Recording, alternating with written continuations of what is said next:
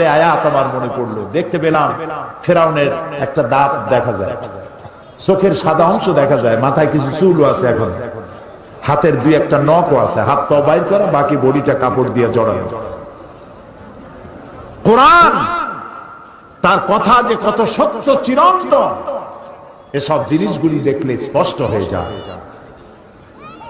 আল্লাহর মেহেরবানি, আমার মিশর সফরের সময় আল্লামা বদরুদ্দিন আইনি রহমতুল্লাহ আলাইহির মাজার জিয়ারত করার সুযোগ হলো। ইমাম শাফি রহমতুল্লাহ আলাইহির মাজার, ইমাম ওয়াকি, হযরত হারুন আলাইহিস সালাম, ইলিয়াস আলাইহিস সালাম, হযরত লোকমান, হযরত আবু দারদা রাদিয়াল্লাহু তাআলা আনহু, তাদের কবর জিয়ারতের সুযোগ হলো।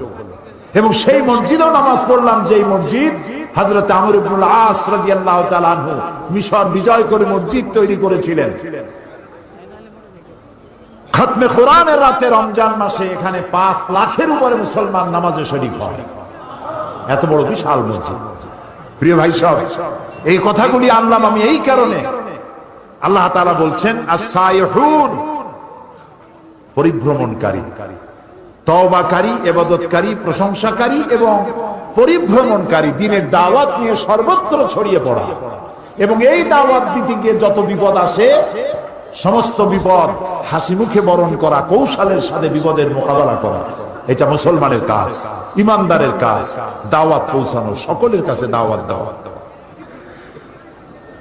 এরপরে 5 নম্বরে বলা হচ্ছে আর রাকিউন আস-সাজিদুন, রুকুকারী আর সেজদাকারী, অর্থাৎ নামাজ আদায়কারী।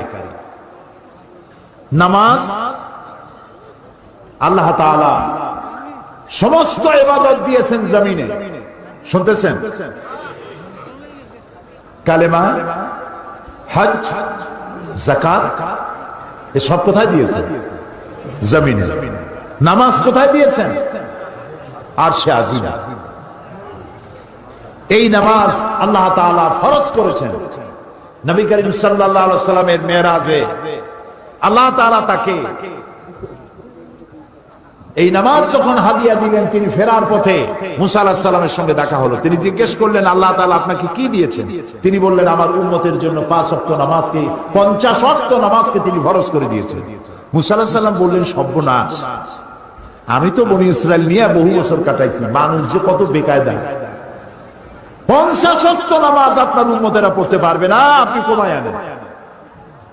তিনি গেলেন এবং আল্লাহর কাছে বললেন, আল্লাহ তাআলা 10 ওয়াক্ত কমায় দিলেন। আবার আসলেন, আবার গেলেন, আবার আসলেন, আবার গেলেন, থাকলো কত? 5। মুসা আলাইহিস সালাম বলেন, আমি আশঙ্কা করি এই 5 ওয়াক্তও পারবে না, আপনি আরো কমান। নবী করিম সাল্লাল্লাহু আলাইহি ওয়াসাল্লাম বললেন, আমি আল্লাহর কাছে আর যাইতে পারবো না, আমার শরম করে। আল্লাহ দিলেন 50 ওয়াক্ত, আপনার বারবার ইনসিস্ট করার কারণে আমি গেলাম, আল্লাহ কমাইতে থাকলেন, আমি আর পারবো না কমাইতে। আল্লাহ রাব্বুল আলামিন বলেন, নবী, আমি আপনাকে 50 ওয়াক্ত নামাজ আপনার উম্মতের জন্য ফরজ করে দিয়েছিলাম, কমাতে কমাতে 5 ওয়াক্ত আনা হলো। যেহেতু আমি আল্লাহ বলেছি 50 ওয়াক্ত, আপনার উম্মতেরা যারা 5 ওয়াক্ত নামাজ আদায় করবে, 50 ওয়াক্তের সওয়াব আমি আল্লাহ তাদের আমলনামায় দিয়ে দেব। তাহলে যে ব্যক্তি নামাজ আদায় করলো, সে 50 ওয়াক্ত গেইন করলো, সুবহানাল্লাহ বলেন। আর যে ব্যক্তি নামাজ পড়লো না, সে কতটা লস করলো? 50 ওয়াক্ত লস করলো। এই নামাজকে আল্লাহ তাআলা ফরজ করেছেন। মেয়ে লোকের জন্য প্রতি মাসে একটা কনসেশন আছে নামাজে, আল্লাহ মাফ করে দিয়েছেন। তার পিরিয়ড যখন আসবে পড়া লাগবে না, আল্লাহ মাফ করেছেন, আলহামদুলিল্লাহ। এটা মেয়েদের জন্য কনসেশন আল্লাহর পক্ষ থেকে। কিন্তু পুরুষ 2 অবস্থা, পাগল, বেহুশ, এই 2 অবস্থা ছাড়া পুরুষের জন্য নামাজ কোন অবস্থায় মাপ নাই। আল্লাহর নবী বলেন, মান তারাকা সালাতান মুতাআম্মিদান ফাকাদ কাফারা, ইচ্ছে করে যে নামাজ ছেড়ে দিল সে কুফরি করলো। নাউযুবিল্লাহ। রাসূলকে জিজ্ঞাসা করা হয়েছে, আল্লাহর বান্দা এবং কাফের দুটোর মধ্যে পার্থক্য কি? রাসূলুল্লাহ বলেছেন নামাজ, নামাজ যে ব্যক্তি নামাজ পড়লো সে ব্যক্তি আল্লাহর বান্দা, যে নামাজ পড়লো না সে কুফরি করলো। নামাজ না পড়া কুফরি, নামাজ না পড়া কি? রাসূলুল্লাহ বলছেন লা দীনা লিমান লা সালাতা লাহু, যার কাছে নামাজ নাই তার কাছে দ্বীন নাই, ঈমান নাই, চরিত্র নাই, কিচ্ছু নাই। প্রিয় বগুড়াবাসী, প্রিয় উপস্থিতি, ভাই এবং বোনেরা, আল্লাহর নবী বলেছেন যে ব্যক্তি নামাজ আদায় করে না, ইচ্ছে করে নামাজ ছাড়ে, আল্লাহ এবং রাসূলের সাথে তার কোনো সম্পর্ক থাকে না। সমস্ত সম্পর্ক আল্লাহ কাট করে দেন। আল্লাহ তার দিকে রহমতের নজরে তাকান না। কিয়ামতের দিন আল্লাহ তাআলা রহমতের নজরে তাকাবেন তো নাই। প্রথম প্রশ্ন করবেন বান্দাকে নামাজের কথা। প্রথম প্রশ্ন কি হবে? নামাজ। আল্লাহ তাআলা বলবেন, এই কোরআন শরীফে আছে, আল্লাহ তাআলা বলবেন আমারে সেজদা দাও, এ হাসরবাসীরা আমারে সেজদা দাও। আল্লাহ তাআলা কোরআন শরীফ বলছেন শুধুমাত্র নামাজিরা সেজদা দিতে পারবে, আর কেউ সেজদা দিতে পারবে না। পার্থক্যটা তখনই ধরা পড়বে, তারা কাফের, তারা মুসলমান। নামাজ, নামাজ। আচ্ছা বলুন তো, শয়তান আল্লাহর কয়টা হুকুম লঙ্ঘন করেছিল? বলেন। মাত্র একটি। 5 ওয়াক্ত নামাজের মধ্যে আল্লাহর হুকুম কয়টা? ফরজ কয়টা? 17টা। বলেন কয়টা? যে ব্যক্তি 24 ঘন্টায় 5 ওয়াক্ত নামাজকে ছেড়ে দিল, সে আল্লাহর কয়টা হুকুম নষ্ট করলো?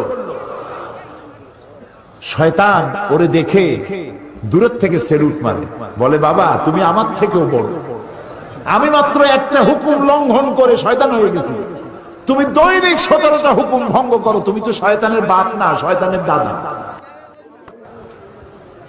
ট্রাকের পিছনে লেখা থাকে বিপদ মুক্ত দূরত্ব বজায় রেখে চলুন, দেখছেন না?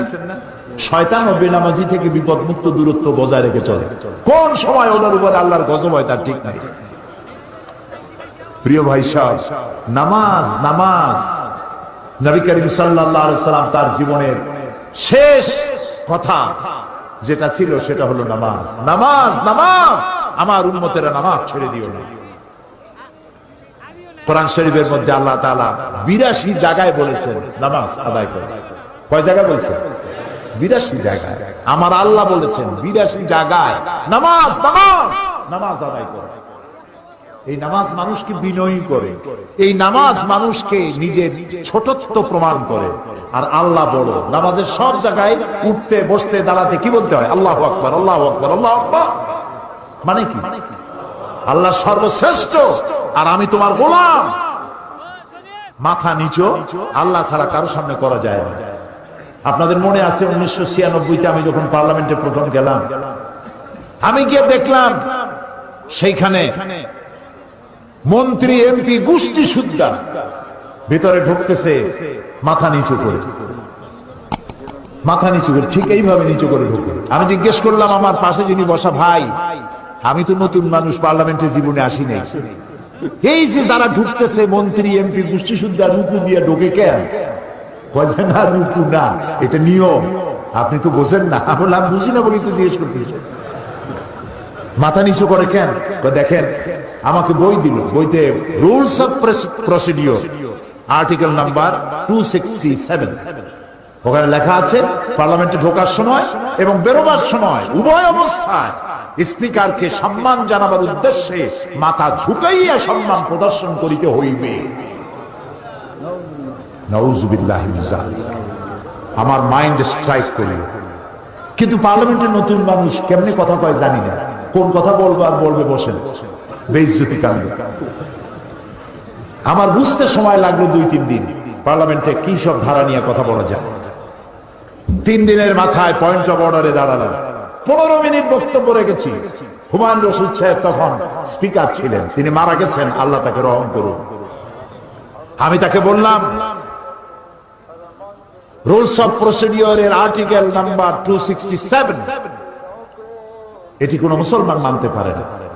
মুসলমানের মাথা নত হবে কেবলমাত্র আল্লাহর সামনে, কোন মানুষের সামনে মাথা নত হতে পারে না। কোরআন আর হাদিস দিয়ে বুঝাইলাম। 15 মিনিট স্পিকার আমার দিকে তাকিয়ে থাকলেন। 15 মিনিট শেষ হওয়ার পর, বক্তব্য শেষ করার পর তিনি আমাকে বললেন,